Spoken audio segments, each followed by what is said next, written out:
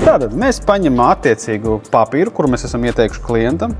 Mēs paņemam, uztaisam papīru, mēs izlokam viņu, lai ieiet gaisa, lai viņš nesķerās mašīnā.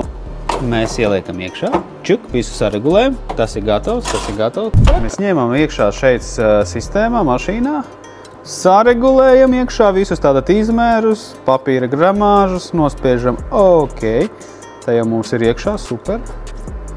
Un tagad ejam, palaidīsim failu drukā. Taram to failu, hop, mēs uzregulējam visu iekšā, uzliekam mūsu profilus, kas jau ir automāti sagatavot, lai būtu ērtāk, ātrāk un vienkāršāk, un nospiežam pogu printu. Reku ienalosīt.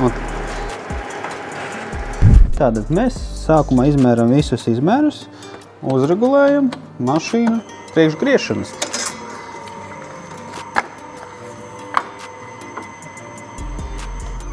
Čik, gatavs. Liekam smuki visu iekšā. Čik, čik. Iespējams, ka varbūt tās es netik labi iepakoju, bet ārā nekrīt darbs. Tas ir pats galvenais.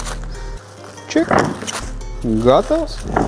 Nogriežam nost ar smaidu, ar mīlestību, ar baudu, visu sagatavot. Un darbiņš aiziet pie klienta. Lūdzu!